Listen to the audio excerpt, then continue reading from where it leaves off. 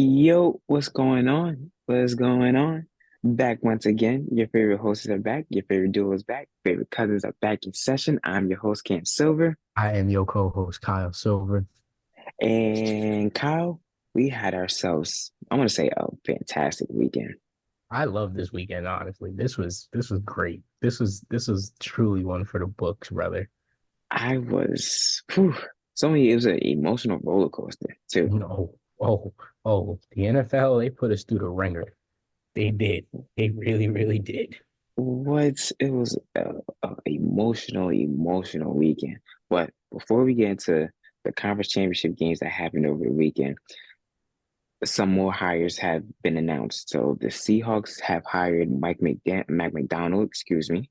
He's the youngest coach now in the league at 36, which is awesome. Uh, Mhm. Baltimore, when he had their defense this past year, they had the fewest points scored on them with 16 and a half. They had the most sacks with 60 and the most takeaways with 31 takeaways this season. We obviously know the end result, but still, Mike McDonald is one of the best defensive coaches in the league right now. No, yeah, talking about what he did, off of a great, defensive Baltimore season. Um, he's definitely gonna have that team right. And Seattle defensively, over the course of the season, they have a good defensive squad. Yeah, Um, that kid Witherspoon, other cats too that, they big names behind him. And so he'll have them right. Interested in what he'll do on the offensive end on the ball. yeah, Um, yeah. but good hire, 36. Shout out to that man, youngest NFL coach. That's nothing to sneeze at, brother. Go show him why you here now. Yeah. No, I like you said, they had a young defense. Tariq Woolen is another one. You Mhm. talk about Witherspoon. Um, yeah, no, I'm very interested to see where he will go from here. And yeah, no, as the offense should still be clicking. Still has a strong running back, pretty good, quarterback, and a pretty good backup quarterback as well. Mhm. With DK Metcalf and Tyler Lockett as your receivers, as well as Jackson Smith and Jigma. So I'm very excited to see that Seattle team coming up. Another hire, Commanders hired defensive coordinator from the Cowboys, Dan Quinn, as their head coach now, which is a and which is a Whoa. which is Yeah. a, a interesting hire right there. I thought that they would go more offense because they do have the number two pick coming into this year's draft. Hmm. So, you know, yeah, that pick is more than likely going to be a quarterback, as we know. But yeah, the overall, Dan Quinn is not. It's not like Dan Quinn is a bad coach. He led that Atlanta team to the big game back in 2016, 2017. So, I if they could build that team up the right way, I think that Dan Quinn will be fine with the Commanders. I agree with you. Like you said, Dan Quinn, as an overall coach, he's not bad, and man knows what he's doing. Has, short little stint over in Dallas as a defensive coordinator. Their defense is not nothing to sneeze at. They did what they needed to do. They had some hiccups there too, but um, I'm indifferent towards it, honestly. I can't really, it's neither a yay nor a nay for me. Right. Yeah. Um, just got to wait and see what happens. Maybe he'll bring some relevance to that Commanders team. You know, I mean, who knows? Who knows?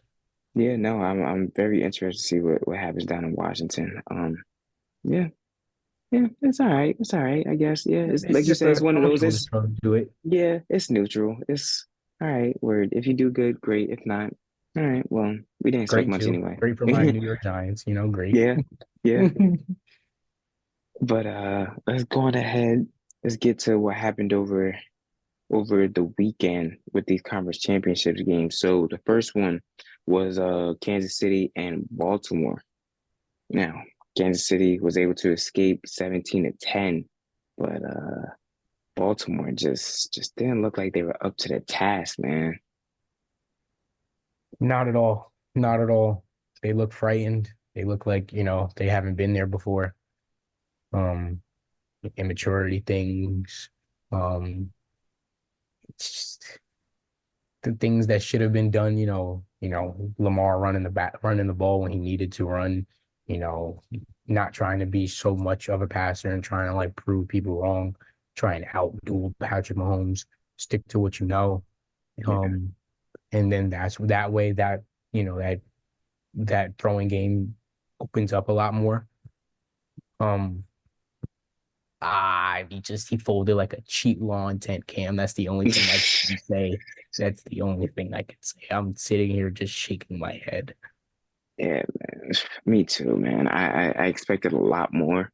We obviously we obviously picked Baltimore to win, but it, we obviously knew not to count out Kansas City because of Patrick Mahomes, and they showed who they were. And big shout outs to Coach Steve Spagnuolo because man, man, Mm-hmm. he was out there. He had a four. He had one formation where he only had one linebacker out there. I think if I'm not mistaken, he had five, or then he had like four or five defensive linemen. He had one linebacker. Then he had five DBs, Mm-hmm. and basically all he did was match the speed of Baltimore. And Mm-hmm. then Lamar just sat there patting the ball. It can in Kansas City, like defensively all year, we were saying has one of the top defenses in the league, and they showed that they could keep up with that Baltimore receiving core and that they could keep up with, Lamar and just, a little bit of just, shade I'm going to throw on Lamar's way a little bit because it's deserving. Like, you can't sit there and hold the ball for that long. Can't try and make a play. The play is not made. Get your yardage and just go. Just go. You gotta go win this game. You gotta, you get behind early, getting down, Chiefs come, I mean, sorry, Kansas City, they come down and within the first play of the game, score. Second play. And then second series, score again.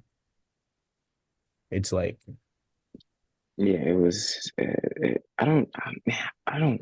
I don't know because they also like Lamar himself didn't do the things that he should have done. Like it was a 3rd and 1 that he could have just simply ran for. Like he could have just had everyone. They could have just had everyone fly out for go routes, and then after that he just runs up the middle or finds a whatever hole that he could find to go through and through the trenches. It was that. It was the fact that he didn't get Odell Beckham involved in the game until late in the fourth. Isaiah likely didn't get involved until late in the fourth. I'm also blaming the offensive coordinator, Tom Munkin. Why in the world did you only run the ball a total of 6 times? 6 times. 6 times. 6 times. And one of those runs, Gus Edwards had like a 15-yard run. Some of those holes were wide open. Easily. Shoot, there's a picture circulating of Lamar sitting there patting with the ball, and there was a lane. You could drop an atomic bomb in there. That's how big the lane was. Like It's he he didn't you wouldn't have to maneuver anything. Any one of us, including you, people that are watching, y'all could walk through it too. Y'all could have walked right through that lane as if y'all was taking a walk through They've not Central been Park. touched. Not at all. And then, oh man, like the defense did what they could. They held down as much as they could. Especially in the second half, they tightened up a lot. But the offense, man, it was just so After horrible to see. after I'm going to bring this up, we were talking about it earlier. After averaging close to 30 points a game in the regular season, 28 points per game, you guys put up 10 when it mattered Yeah, the absolute most, and you guys look like a shell of yourself. and sat there trying to play Kansas City's game. Exactly. Exactly. That didn't make any sense to me. Like strip sacks, interceptions, you know, Sloppy. Flowers with the Sloppy. Flowers with the fumble at the end zone, and then also getting the taunting call. That was bad. Oh, another thing, their deep now the defense, they did play well, but also they were very out of character. You know, They were they were they, I'm attributing that a lot to Patrick Mahomes and Travis Kelsey though. yeah, no, because Baltimore was so used to being the bully that when they finally found their match, and Kansas City is not, they're not bullies or anything, but they're Mm-hmm. not scared of anybody. No, not at all. They They've shown they've that been they've been here here before. exactly. They've been here, done that team already. They've You seen it almost all. exactly like you go make an argument that that Eagles team, that excuse me, that Philadelphia team last season had a great strong defense. You could argue that they were basically almost the same, maybe even a little better Hmm. than this year's Baltimore defense. But yeah, no, that it was a lot of inexperiences, a lot of a lot of immaturity going on with that Baltimore team. You could also tell that the fact that they weren't winning, the fact that they weren't doing the things that they should have done was frustrating them. And then in turn, they were taking their frustrations out on Baltimore. Kyle Van Noy with a headbutt on Travis Kelce, that's a 15 yarder. Then the next play, they clothesline Patrick Mahomes, another 15 yarder. And then what's it called at the end of the game? Roquan Smith trying to draw on all sides. Instead, he gets Hmm. an unnecessary roughness. Why are you running through the dude? Just touch his head. Like, And it was clearly unnecessary. Like oh, everyone it was knows the way he everyone ran through dude, and dude exactly. tumbled back like a bowling ball.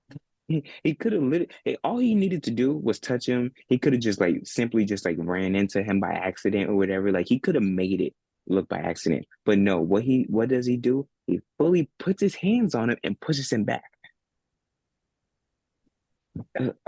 It was just that was frustrating to watch because you feel like we all seen so much more that they all could have done. But I don't know who it is. I don't know if it was Lamar not wanting to run the ball, the offensive coordinator not wanting to run the ball with Gus Edwards and Justice Hill back there.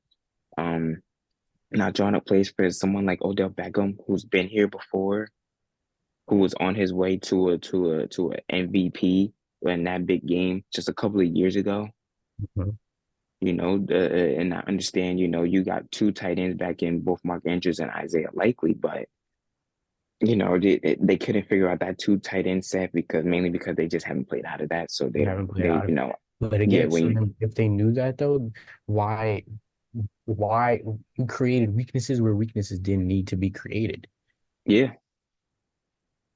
yeah no they didn't play to their strengths. Clear, plain and simple, they didn't play to their strengths. And Kansas City morphed into basically a team where it's like, all right, we'll just dictate the whole thing. Like Steve Spagnuolo literally dictated their game, which I've Hmm. never you don't see that a lot in football, No, not at especially all. from the defensive side.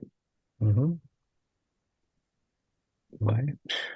Kansas City moves on, going to the big game as they will face San Fran. San Fran gets out of there against Detroit after being down 24-7. That boy 20 Brock to 7. McCaffrey, like I said, they gonna have to ride out with McCaffrey, and they did. 20 carries, 90 yards, Yeah. two TDs, and four receptions for 42 yards through the air. So you know what I mean? They did exactly what they had to do with We're with Seaman. talking about a team that absolutely played to their strengths, Yeah, being yeah. down 17 points. They didn't unravel. They didn't panic. No, nothing about them panic. They were like, we've seen this movie before. It was as if they were like, oh yeah, we've done this before. Let's just do it again. Exactly. Exactly. Shout out Brock Purdy, man. Yo, dude's a gamer. He's a gamer. He's got a lot. He got a lot of respect for me, especially it wasn't just the his throws, especially in the second half, but it was the running. The running, how he was able to use his legs to find the open field. Yes. Hmm. Yeah. He showed that like he's not just a game manager, that he can be a actual playmaking quarterback. Correct, correct, yeah. And it just looked so good when what's it called when he would just sit there. He didn't see anybody that he wanted. All right, now it's time to get up out of there. Hmm. Hmm. And he wasn't in that run down close to the end zone. He was sitting there putting his hat on people. I was like, all right, I see you. I Yeah. was like, I see you. That's what I'm talking about right there. But I, as much as we could give the congrats to San Fran, we also have to look at Detroit. Question marks, nothing but question marks around Detroit, man. Coach Dan Campbell, they had that 24-10 lead, and they did not convert on that 4th and 2. So in turn, what happens? San Fran goes down for a touchdown. Then after that, they get the kickoff on the first play for Detroit, fumble, another touchdown. Hmm. Now we're tied up. Now you Hmm. lost all momentum because It was why? On gone. that It was on gone. that fourth and two, with 7:03 left in the third, instead of kicking a field goal, you decided to go for it. Now that's your identity. That's who you are. Can't blame you for that. But in the magnitude of this game, with that team over there with those amount of playmakers, all you have to do is give them one reason. Just give them one. And Hmm. you know what I mean? That four and out right there was Killed them. way more. It Killed was them. way more than enough. You could sense it. I'm Hmm. sitting next to my dad and I'm like, and I'm like, you don't go for it. He was like, no, no, no, you just take the three. Cause he was like, that at 27 looking real good right now. After they scored, and That I was like, 27 looks different than that it 24. looks, It oh does. yeah, oh yeah. We're talking about something way different because at the end of the game they would have been tied up instead of San Fran being up. What was that, 34-31? It would have been basically what, 34-34. Hmm. Hmm. But because of that, because you decided not to go for the field goal, and it wasn't just that one. It was also another fourth down that they didn't convert on too. The one trying to get it to, I think it was Amon Ra on that Yeah. one. But yeah, man, because the first half Detroit came out swinging, It's they look like a team that was like they were ready to take the spotlight. swinging. They really looked What like a team that was ready to take the spotlight, and the they slowly died off, and San Fran just came and again momentum. It's a momentum shift. Excuse me.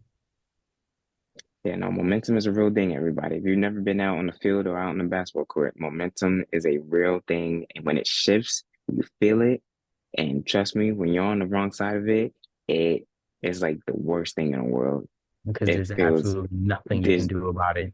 no, not at all. Not at all. When another team is just on, they're just on. Yeah. Hmm. But shout outs to that Detroit team. They look good.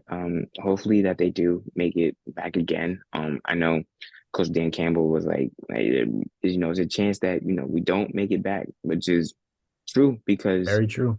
yeah, because teams are poaching. Like Baltimore. Baltimore is a team that I don't have much faith in them really making it back at least next year because they lost the defense coordinator. Hmm. Like that's a huge thing. And now you have people to resign. So and those guys might not resign because they might not have their defensive coordinator there Coordinated or with be them. or because of how the season had ended. It ended in such a, ugly fashion. So yeah, no, but shout outs to both Detroit, Baltimore. They gave it their all this season. They did. They had great seasons, but they just ran into two juggernauts that just they've been there already.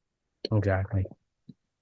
But not gonna make game picks this weekend. We'll say that for next weekend because obviously next weekend is when the big game is in Vegas. But the whew, we were spoiled. We were spoiled on for as a total for the playoffs. We were very spoiled. I feel like. Definitely.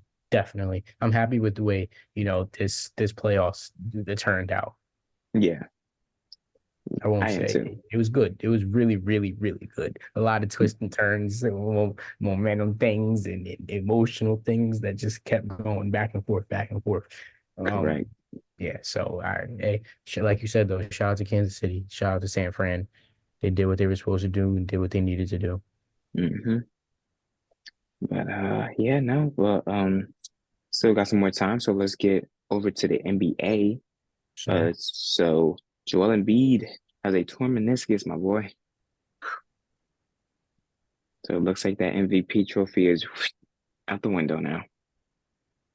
such a shame. Such a shame. Talk about a dude who was deserving of it damn near that close. Hmm.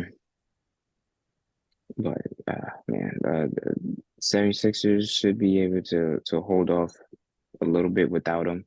Obviously his timetable is to be determined. So no, Mhm. you don't think so? Nah, nah. I mean, I don't think that they won't be where they are now. I feel like the Knicks are clearly the Knicks will clearly take over that number 3 spot. It's I feel like, important that and they cannot go into the play-in tournament. oh yeah, no, they They can't, can't. no. No. No, no, no, no, no. Especially with because what we're in February right now. How long does a tour meniscus really take? Depending on with Joel, it's probably a little different because it's Joel. And he's really gonna have to take his time to come back. Yeah, I don't know. I don't know, Cam. I don't know either because like I'm gonna say at 3 months. yeah, they're saying like 4 to 12 weeks. 4 to 12 weeks, yeah. What? Nah, That's well, think about it. 12 weeks is what? The 12 weeks is around 3 months. 3 months. Yeah, so I I will go guess all 12 weeks. I'm sorry. I mean, obviously, I wouldn't say for him to just do 4. That'd be insane. Like, No, it's not like A-Rod trying to come back in the same season, okay? Like, no, no, no, no, no, no. and it's funny because side note on that, the doctors were like, "No, you're not coming back out here." Like, come on, bro. No, no. But yeah, no, a torn meniscus, that's a big thing right there. He was already playing with a swollen knee, which was Mhm. obviously a bad thing, which is obviously a lot of telling signs right there. Also, they got fined. The 76 got fined because of how they handled his whole injury during the game before the game against Denver. Mhm. So they got fined like 70,000, $75,000 or something like that. Okay. But yeah, no, that's true. That's a big blow to the Sixers, especially he was playing extremely well, Lights out. He was playing extremely lights well. out. We literally just talked about him scoring 70, like literally, what was that last week, the week before, whatever. But might have So week before. yeah, yeah. So I hope for him, obviously, a speedy recovery. The game is so much better with him in it than with him out of it. Clearly, Absolutely. Randall will be out for 2 to 3 weeks with a dislocated shoulder, which is big for the Knicks. But Jalen Brunson has showed us these past couple games that he will hold this team down. He shows that he could put this team on his back and carry. He showed that Hmm. last season. He's showing it again this season, with or without Julius. Like he's capable of doing it. And OG and I'm worried. I'm sorry, OG and Anobi in and out of the lineup too. But keep going. No, I was just saying, Julius Randle, a little less worried about if they could keep OG. The fact that OG is a little bit injured now too.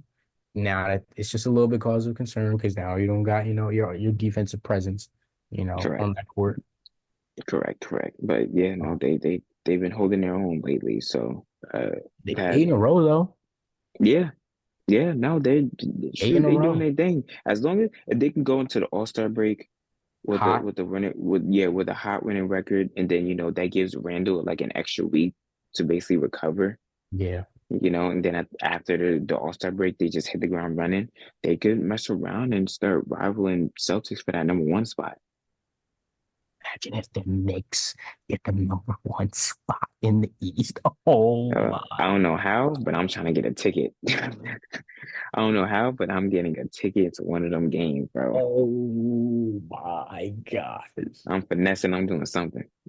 We got too much family in New York for us not to figure that out.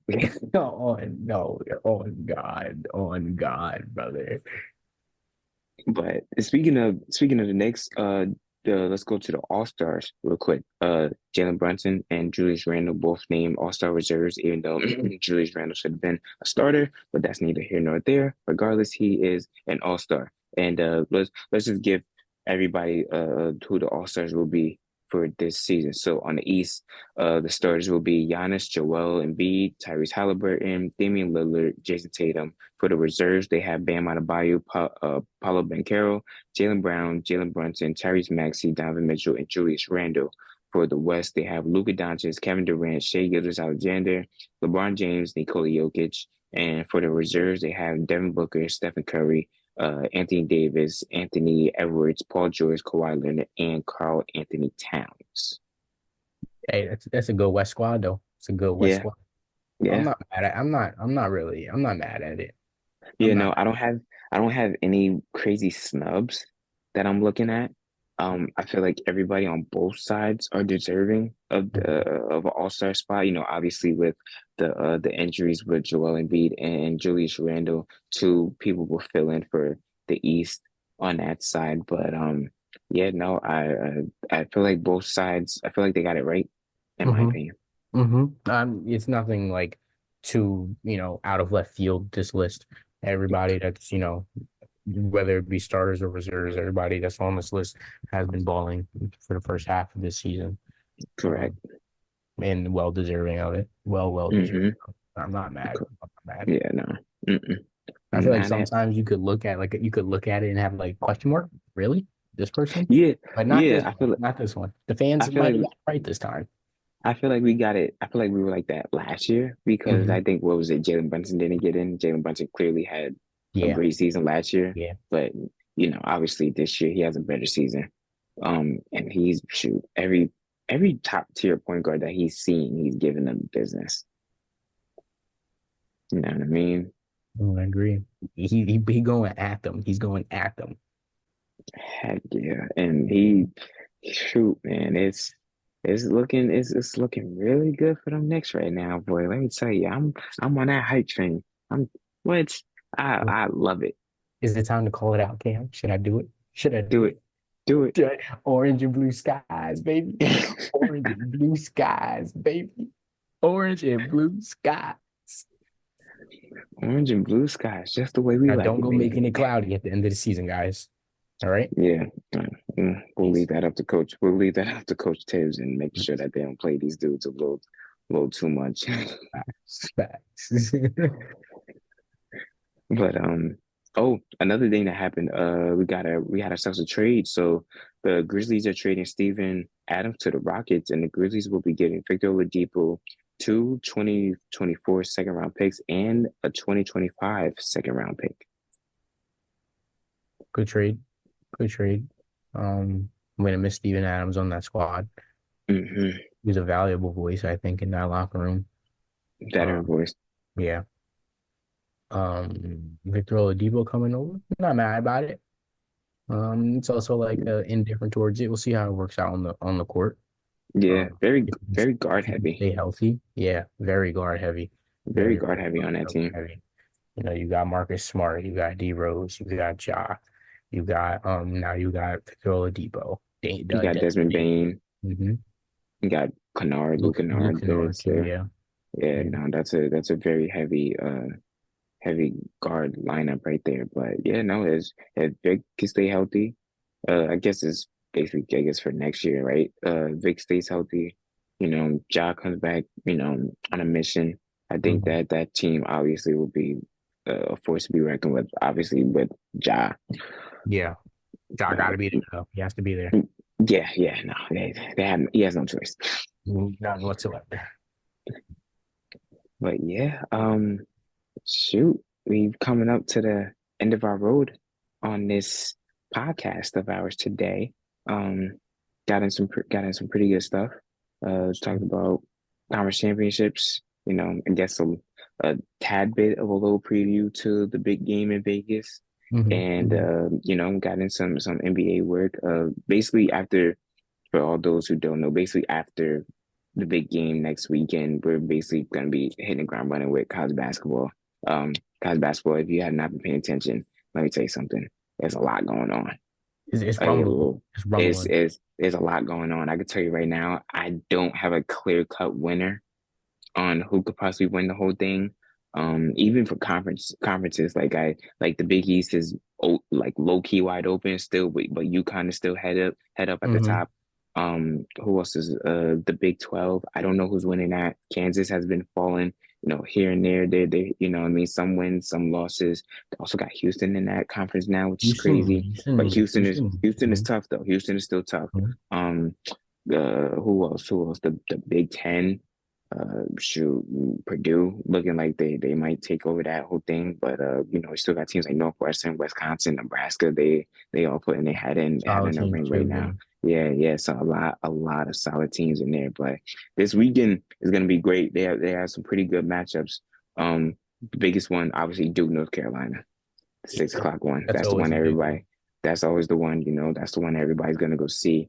Another one, Texas and Kentucky, they play at 8:30, if I'm not mistaken, and Kansas and Houston play each other this weekend, this Saturday too. So yeah, no, if you're looking for some college basketball games to look at, I'd give you those are my top three right there that I will be for sure paying attention to. But other than that, y'all know the deal. I'm your host, Cam Silver. I'm your co-host, Kyle Silver. Happy that you guys sat here with us and everything. Yeah, no, we'll be back in the studio soon. No worries, no worries. But till then, later. Deuce.